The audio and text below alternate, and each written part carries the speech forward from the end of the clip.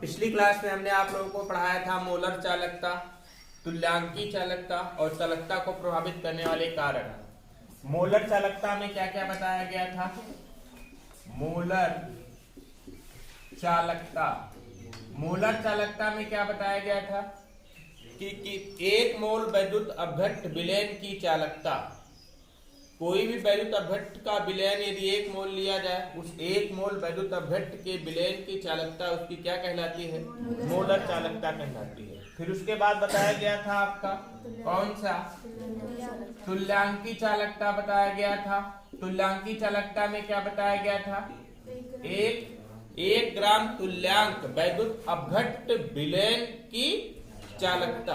कितना ग्राम तुल्यांक? 1 ग्राम तुल्यांक वैद्युत अपघट्ट विलयन की चालकता उसकी कौन सी चालकता कहलाती है? तुल्यांकी चालकता कहलाती है। और फिर हमने आप लोगों को बताया था चालकता को प्रभावित करने वाले कारक।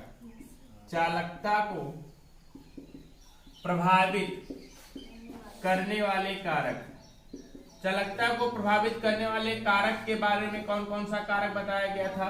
सबसे पहला आपका बताया गया था कौन सा? तापक्रम। तापक्रम हमने बताया था कि किसी विलयन का ताप यदि हम बढ़ाते हैं तो ताप बढ़ाने पर उस विलयन में उपस्थित आयनों की गतिज ऊर्जा बढ़ जाती है। जब आयनों की गतिज ऊर्जा बढ़ जाती है तो आयन बहुत तेजी से गति करने लगते हैं, जिसके कारण उसकी चालकता क्या हो जाती है? बढ़ जाती है। अगला हमने बताया था आपका विलायक का परावैद्युतांक। अगला हमने बताया था विलायक का परावैद्युतांक कैसे प्रभावित करता है? विलायक का परावैद्युतांक कैसे प्रभावित करता है? हमने आप लोगों को यहाँ पर बताया था जिस विलायक का परावैद्युतांक अधिक होता है उस विलायक में कोई भी वैद्युत अपघट्ट पदार्थ बहुत तेजी से आयनों में परिवर्तित हो जाता है। जिस विलायक का परावैद्युतांक क्या होता है? अधिक होता है, परावैद्युतांक अधिक होता है, उस विलायक में कोई भी वैद्युत अपघट्ट पदार्थ बहुत तेजी से आयनों में परिवर्तित होता है। और जितना तेजी से आयनों में परिवर्तित होगा अर्थात आयनों की संख्या उतनी ज्यादा होगी। जब आयनों की संख्या उतनी ज्यादा होगी तो आपको पता होना चाहिए कि विद्युत धारा का प्रवाह किसके द्वारा होता है? आयनों के द्वारा होता है। आयनों के द्वारा होता है, इसलिए वहां पर चालकता भी क्या हो जाएगी? बहुत ही अधिक हो जाएगी। अगला हमने बताया था, अगला सांद्रता कैसे प्रभावित करती है इसको? चालकता को सांद्रता कैसे प्रभावित करती है? कंसंट्रेशन। हमने बताया था आप लोगों को कि जो विलयन जितना अधिक टन होगा, जो विलयन जितना अधिक टन होगा उसकी चालकता उतनी ही अधिक होगी। कितनी चीजें कल की क्लास में हमने आप लोगों को बताया था? मोलर चालकता, तुल्यांकी चालकता, चालकता को प्रभावित करने वाले कारक, ये सब कल की क्लास में बताए गए थे। और आज की क्लास में हम आप लोगों को बताएंगे, आज की क्लास में आप लोगों को बताया जाएगा कोलराउस का नियम, आयनों के स्वतंत्र अभिगमन का कोलराउस नियम। तो हेडिंग बनाइए, आयनों के स्वतंत्र अभिगमन का कोलराउस नियम। हेडिंग बनाइए, आयनों के स्वतंत्र अभिगमन का, आयनों के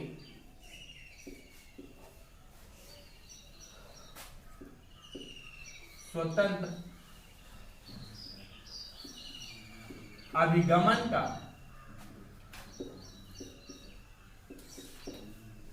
कोलराउस नियम। आयनों के स्वतंत्र अभिगमन का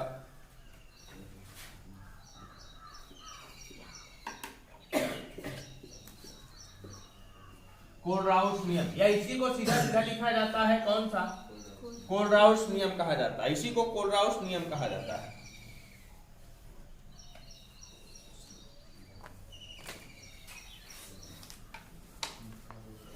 देखिए कोलराउस नियम में क्या बताया गया है? कोलराउस नियम में क्या बताया गया है कि अनंत तनुता पर वैद्युत अपघट्ट की कुल चालकता, अनंत तनुता पर वैद्युत अपघट्ट की कुल चालकता किस पर निर्भर करता है? उसके आयनों की निश्चित मात्रा पर निर्भर करता है। हम कह सकते हैं कि कोई भी वैद्युत अपघट्ट पदार्थ है, कोई भी वैद्युत अपघट्ट पदार्थ है, इसका जलीय विलयन बनाया गया है, जल में घुला गया है, इसकी कुल चालकता किस पर निर्भर करती है? चालकता के लिए कौन योगदान देता है? आयंस योगदान देते हैं। कौन से? जैसे मान लीजिए यहाँ पर सोडियम क्लोराइड डिजोल्व किया गया, एक वैद्युत अपघट्य पदार्थ है, तो यहाँ पर क्या हो जाएगा, Na positive plus Cl negative में टूटेगा। अब यही Na पॉजिटिव का कुल धनावेश या Cl निगेटिव के कुल धनावेश पर निर्भर करता है, किस पर? अनंत तंता पर इसकी मोलर चालकता। इसकी क्या निर्भर करता है? इसकी कुल चालकता निर्भर करेगा। इस विलयन की कुल चालकता निर्भर करेगा किस पर? धनायनों पर या ऋणायनों, धनायनों और ऋणायनों। और आपको बता दें इसको कैसे परिभाषित किया गया है। अनंत तंता पर मोलर चालकता को प्रदर्शित किया जाता है कैप यम इंफिनिटिव से। किससे? कैप यम इंफिनिटिव से। ये अनंत तंता पर मोलर चालकता होता है। और धनायनों की मोलर चालकता को किससे प्रदर्शित किया जाता है? Lambda M positive infinitive. और इसकी संख्या को किससे दिखाया जाएगा? V पॉजिटिव से। इसकी संख्या को किससे दिखाया जाएगा? V पॉजिटिव से। और ऋणायनों की अनंतता पर मोलर चालकता कितनी हो जाएगी?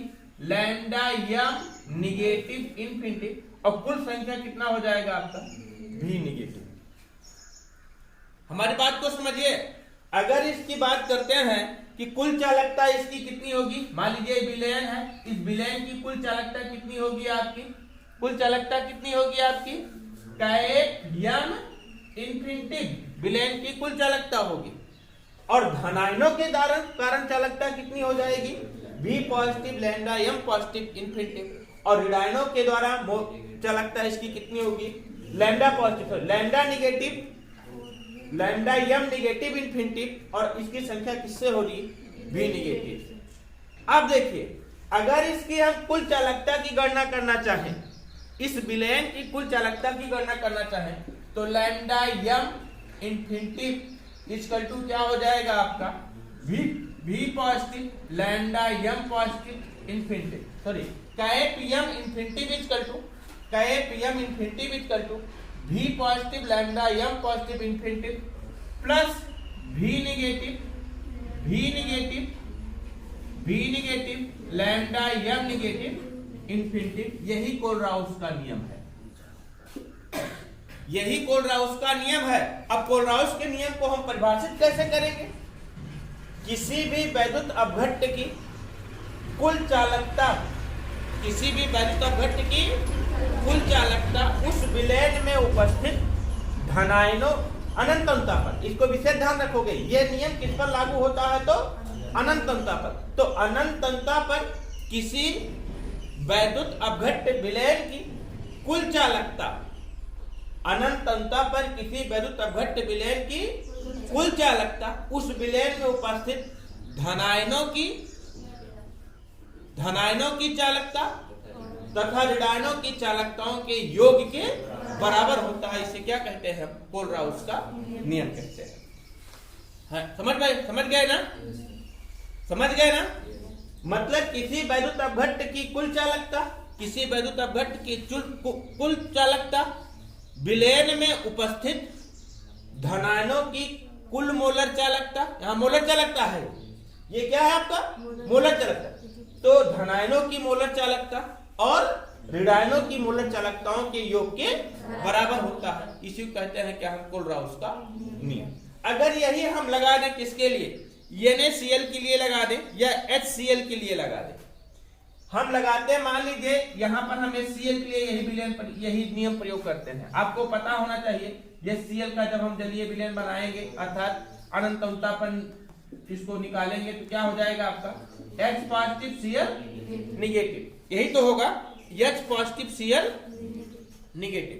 अब यहां पर क्या हो जाएगा? कैप एम इंफिनिटिव HCl, देखिए कैसे लागू होता है। Cap M infinitive HCl equal to lambda M positive infinitive H positive. समझ पा रहे हैं ना? Lambda M infinitive H positive और plus lambda M negative infinitive Cl। समझ गए ना? अगर यही चीजें हम किस पर लागू करें? NaCl पर लागू करें तो क्या हो जाएगा आपका?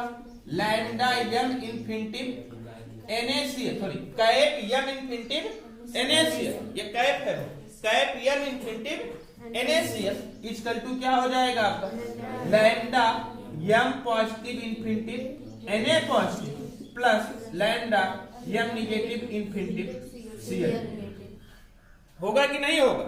इसी तरीके से अगर हम यही लागू करें किस पर एस्टिक एसिड पर CH3COOH पर लागू करें तो क्या हो जाएगा आपका cap m infinitive CH3COOH equal to क्या हो जाएगा lambda m positive infinitive H positive, क्योंकि ये टूटता किसमें है H पॉजिटिव में CH3CO नेगेटिव में CH3CO नेगेटिव में और प्लस क्या हो जाएगा यहाँ पर lambda m negative infinitive CH3COO negative.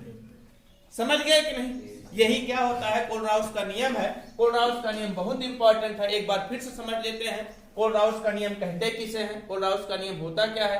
तो इस नियम में अनंतता पर वैद्युत अपघट्ट की कुल चालकता, अनंतता पर वैद्युत अपघट्ट की कुल चालकता एक निश्चित मात्रा के लिए योगदान होता है किसका, जो वैद्युत अपघट्ट में आयंस होते हैं।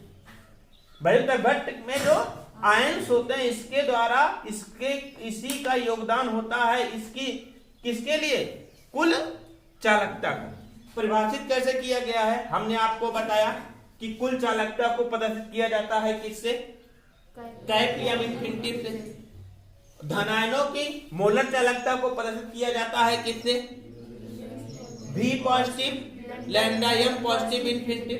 अनंतता इंफिनिटिव का मतलब क्या होता है अनंतता पर धनायनों की मोलर चालकता है ना, और अनंतता पर क्या है lambda m negative V negative lambda m negative infinitive. अनंतता पर ऋणायनों की मोलर चालकता है। तो धनायनों की मोलर चालकता अनंतता पर धनायनों की मोलर चालकता और ऋणायनों की मोलर चालकताओं का क्या कर लिया हम योग कर लिया। तो क्या आ गया आपका कुल चालकता आ गई। क्या आ गई कुल चालकता आ गई। यही नियम कौन सा नियम कहलाता है कोलराउस का नियम कहलाता है। अर्थात इसको हम परिभाषित कैसे करेंगे किसी वैद्युत अपघट्ट के अनंतता पर कुल चालकता, किसी वैद्युत अपघट्ट के अनंतता पर कुल चालकता उस विलयन में उपस्थित अनंतता पर धनायनों की मोलर चालकता और ऋणायनों की मोलर चालकताओं के योग के बराबर। इसे क्या कहते हैं हम कोलराउस का नियम। बहुत पूछा जाता है कोलराउस का नियम क्या है, कोलराउस का नियम कहते किसे, समझ गए ना। तो लिखिए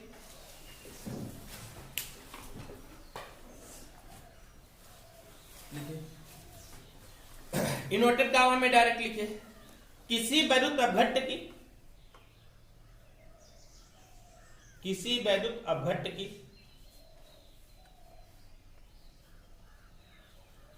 अनंत तनुता पर मोलर चालकता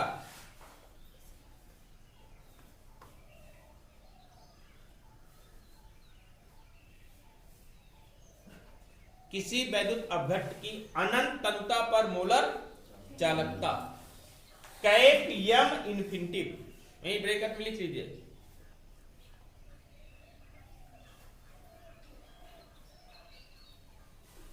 उसकी अनंत तनुता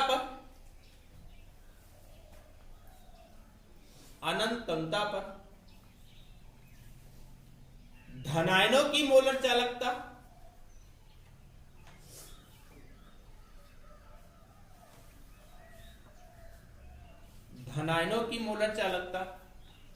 लैम्डा m पॉजिटिव इंफिनिटिव और ऋणायनों की molar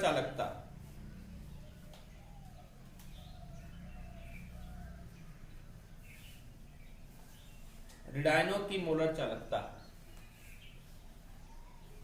lambda m negative infinitive के योग के बराबर होती है।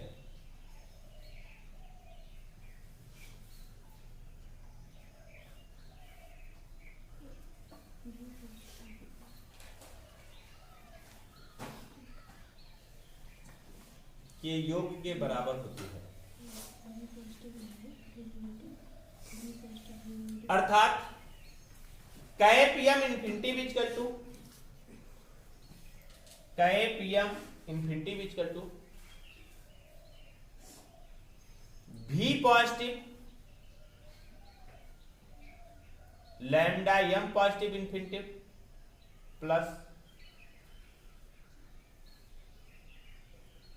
भी negative lambda M negative infinitive.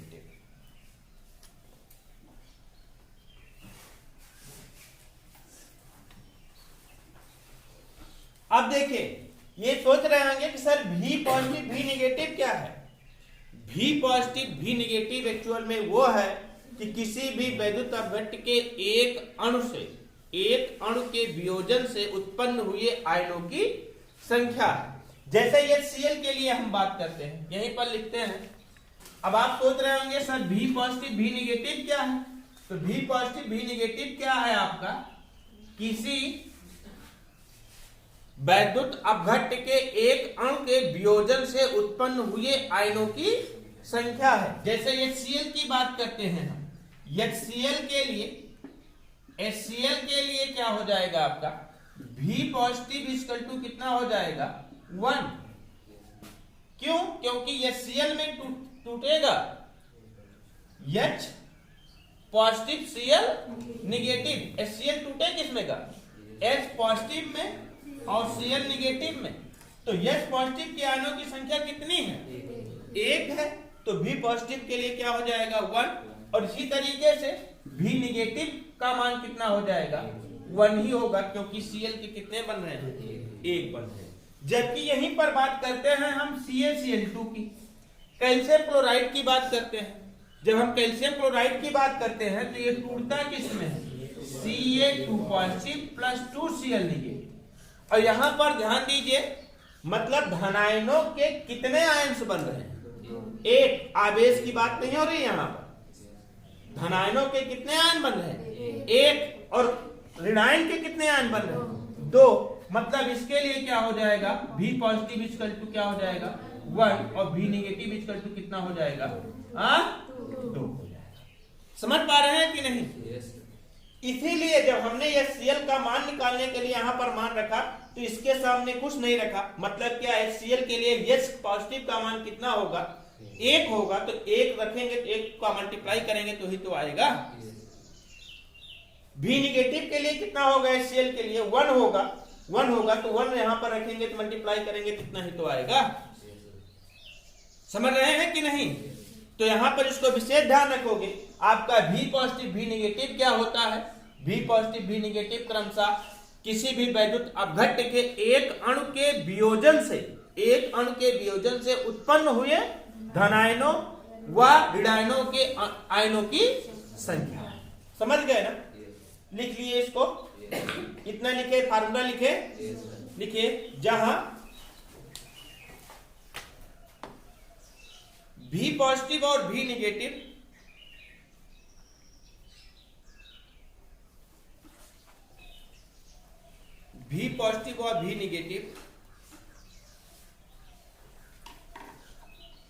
वैद्युत अपघट्ट के एक अणु के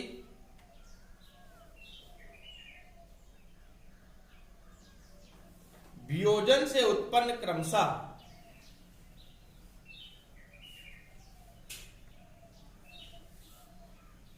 वैद्युत अपघट्ट के एक अणु के वियोजन से उत्पन्न क्रमशः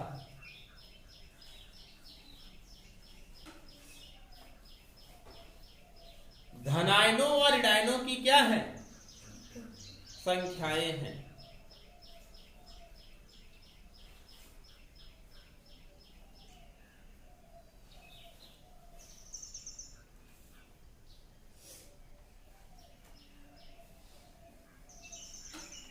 जैसे HCl के लिए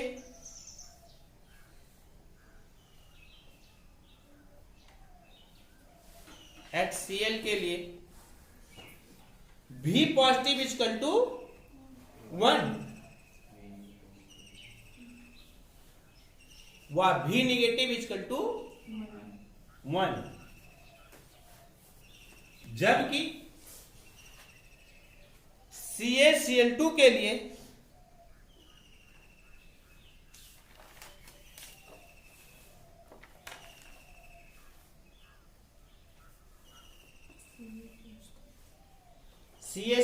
के लिए V पॉजिटिव इक्वल टू 1 और V निगेटिव इक्वल टू 2।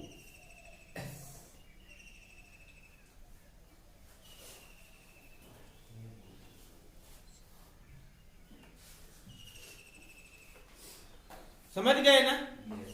अब ये क्या किया गया है जानते हैं? दुर्बल वैद्युत अपघट्ट पर कोलराउस के नियम का अनुप्रयोग किया गया है कि नहीं? HCl के लिए किया गया, NaCl के लिए किया गया और एसिटिक एसिड CH3COH के लिए किया गया है ना। तो हेडिंग बनाइए, दुर्बल वैद्युत अपघट्ट के लिए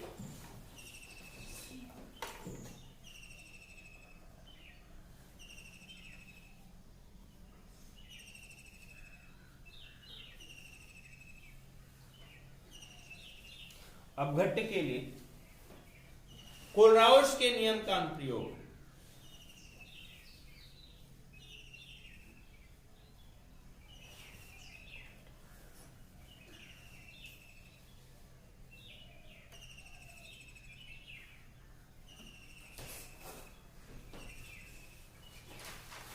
कोलराउस के नियम का अनुप्रयोग। तो अब क्या करना है आपको? कुछ लिखाना थोड़ी ना, यहां पर लिखेंगे किसके लिए?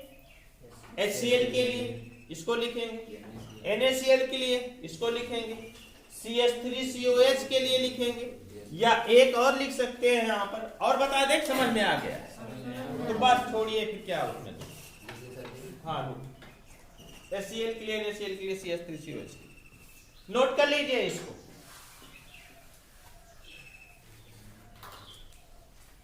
लिखे? चलिए आगे पढ़ना है आप लोगों को वैद्युत अपघटन, इलेक्ट्रोलाइसिस।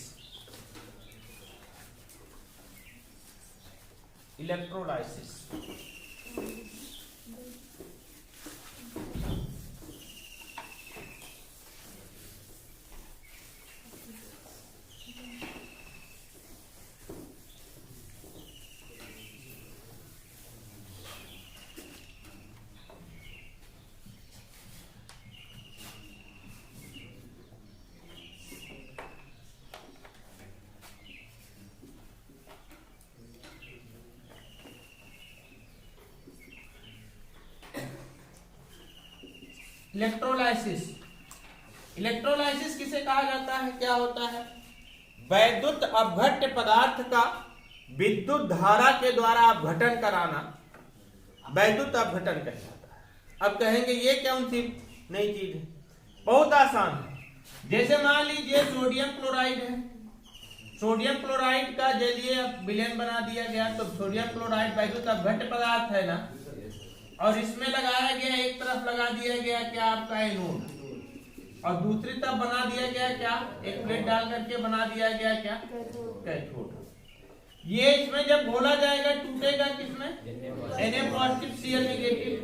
अब जैसे ही इसमें हम वैद्युत धारा प्रवाहित करेंगे तो Cl निगेटिव पहुंच जाएगा कहां पर? पॉजिटिव पर, क्योंकि पॉजिटिव पर द्वारा आकर्षित होता है, और Na पॉजिटिव पहुंच जाएगा कहां पर? निगेटिव पर। अब Cl निगेटिव पॉजिटिव पर पहुंच करके क्या करेगा? इलेक्ट्रॉन को एक्सेप्ट करेगा, 2Cl निगेटिव प्लस 2 इलेक्ट्रॉन ले लेगा यहां से, सॉरी इलेक्ट्रॉन को रिमूव करेगा, गलती हो गई है। इलेक्ट्रॉन को क्या करेगा?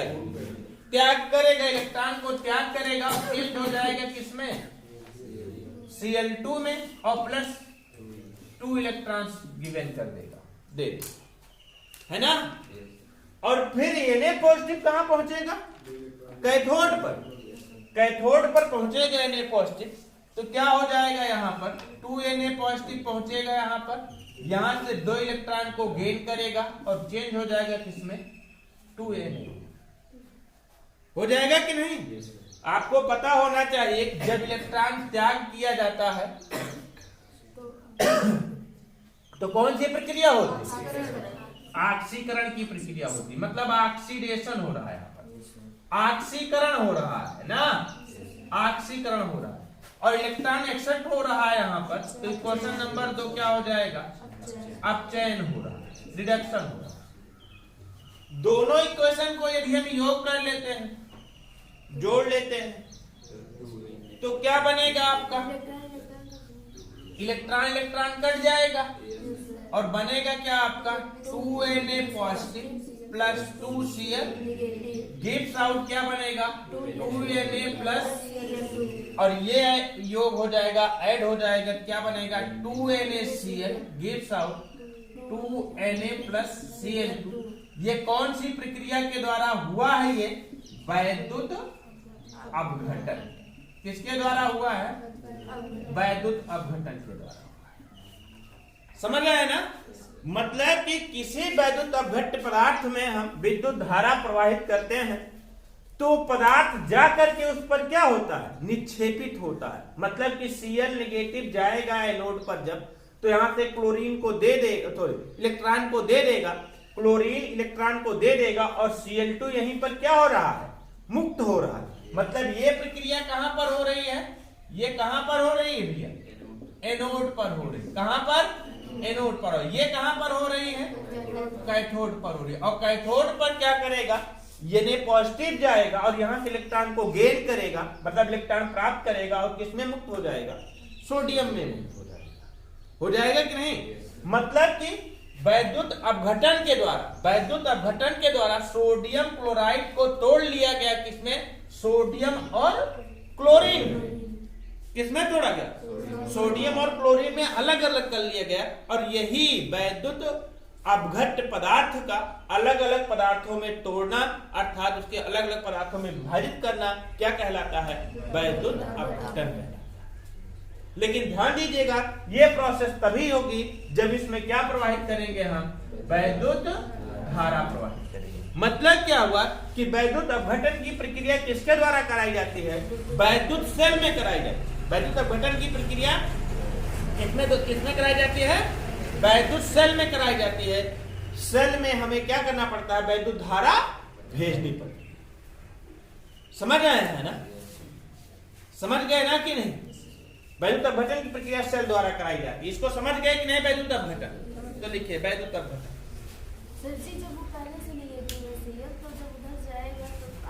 Cl यहाँ पर पहले से निगेटिव है और इस पर कौन सा चार्ज है, पॉजिटिव है। तो निगेटिव का मतलब इस पर क्या अधिक है, इलेक्ट्रॉन अधिक है, इलेक्ट्रॉन अधिक है। और पॉजिटिव का मतलब क्या है, इस पर इलेक्ट्रॉन की कमी है। अब ये Cl निगेटिव इलेक्ट्रॉन को दे देगा, समझ पा रहे हैं ना। और 2Cl नेगेटिव है, 2 इलेक्ट्रॉन को देगा, तब इस पर क्या हो जाएंगे, न्यूट्रलाइट हो जाएगा, अर्थात Cl2 में चेंज हो जाएगा। और Na पॉजिटिव है, इसका मतलब क्या है, इस पर इलेक्ट्रॉन की कमी है। और यहां पर कैथोड पर निगेटिव, इसका मतलब इस पर इलेक्ट्रॉन की अधिकता है। इससे इलेक्ट्रॉन क्या कर लेगा, ये गेन कर लेगा, प्राप्त करेगा। समझ गए ना। तो लिखिए वैद्युत अपघट्य का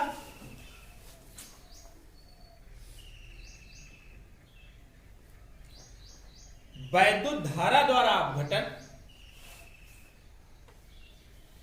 वैद्युत अपघट्य का वैद्युत धारा द्वारा अपघटन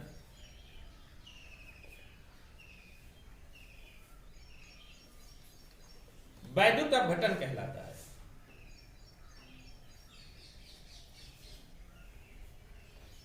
ये इतना इन्वर्टेड कामा में रहेगा। वैद्युत अपघट्य का वैद्युत धारा द्वारा अपघटन वैद्युत अपघटन कहलाता है।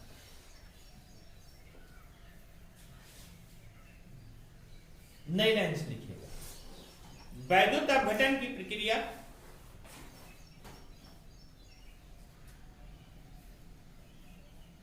किसमें कराई जाती है, वैद्युत अपघटनी सेल में कराई जाती है।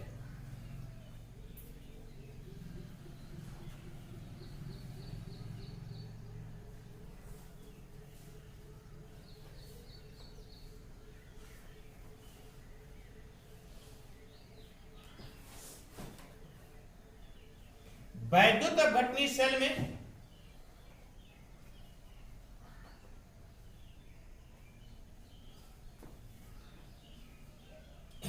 बाह्य स्रोतों से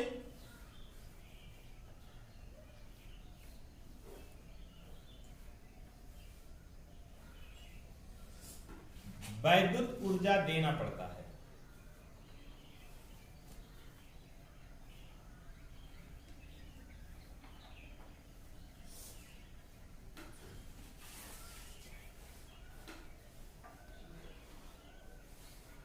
जैसे जैसे सोडियम क्लोराइड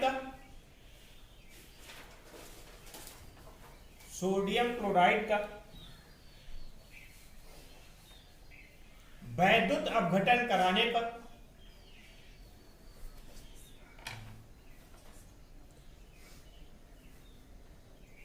सोडियम क्लोराइड का वैद्युत अपघटन कराने पर कैथोड पर सोडियम और एनोड पर क्या क्लोरीन मुक्त होता है। एनोड पर क्लोरीन मुक्त होता है।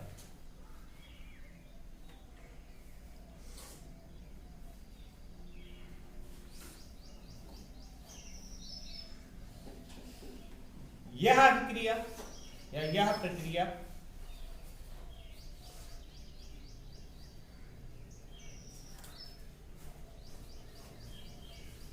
निम्न प्रकार से होती है।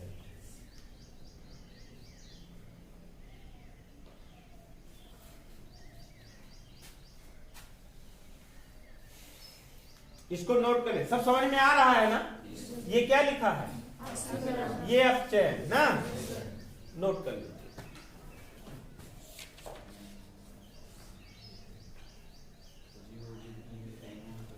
हाँ, ये भी लिखोगे, एनोड पर और कैथोड पर।